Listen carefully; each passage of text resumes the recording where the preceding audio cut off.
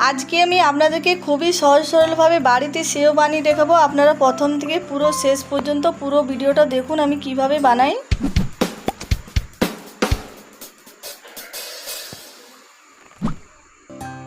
আর সেও বানানোর জন্য একটা পাত্রে আমি নিয়ে নিচ্ছি, দেখুন বেসন।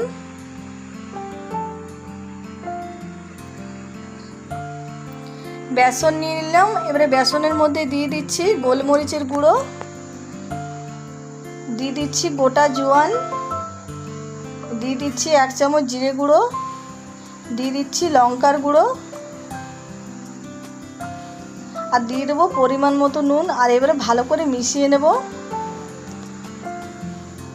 আর আজকে সেওটা আমি মশলাদার সেও বানাবো, ঝাল ঝাল।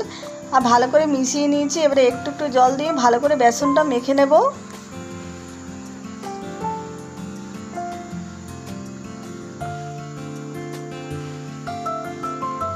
আর ভালো করে দেখুন বেসনটা মাখানো হয়ে গেছে। এরকম একটু নরমভাবে মাখাতে হবে, তাহলে সেওটা ভালো হবে। আর সেও বানানোর জন্য আগে থেকে সাদা তেল গরম হতে দিয়ে দিয়েছি। আর এখানে নিয়েছি দেখুন সেও বানানোর জন্য ঝাঁঝরাও অনেকে বলে, অনেকে আবার ছাঁচও বলে। আর এবারে সেওটা এইভাবে দেখুন ডলে নিচ্ছি।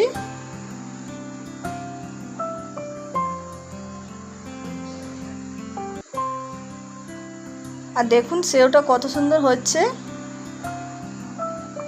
আর সেওটা খুব আঁচে ভাজা চলবে না, খুব কম আঁচেও না, মিডিয়াম আঁচে ভাজতে হবে, তাহলে ভালো হবে। আর সেও ভাজতে খুব বেশি সময় লাগে না, খুব তাড়াতাড়ি হয়। দেখুন হয়ে গেল খুব তাড়াতাড়ি। এবারে আমি তুলে নিচ্ছি।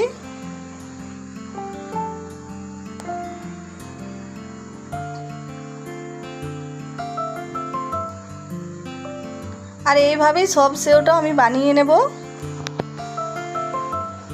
আর আপনারাও এইভাবে বাড়িতে খুবই সহজ সরলভাবে মশলাদার ঝাল ঝাল সেও বানিয়ে নেবেন।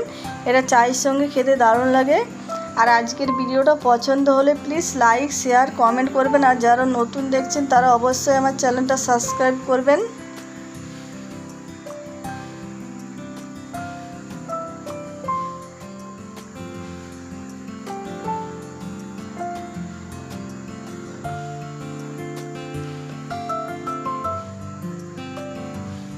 আর দেখুন একে একে সব সেও ভাজা হয়ে গেল। আর দেখুন কতটা সেও হয়েছে এইটুকু বেসনে। আর বাজারে কিন্তু এরকম মশলাদার সেও পাবেন না। দেখুন কতটা হয়েছে। আর এই সেওটা যতদিন রাখবেন খারাপ হবে না।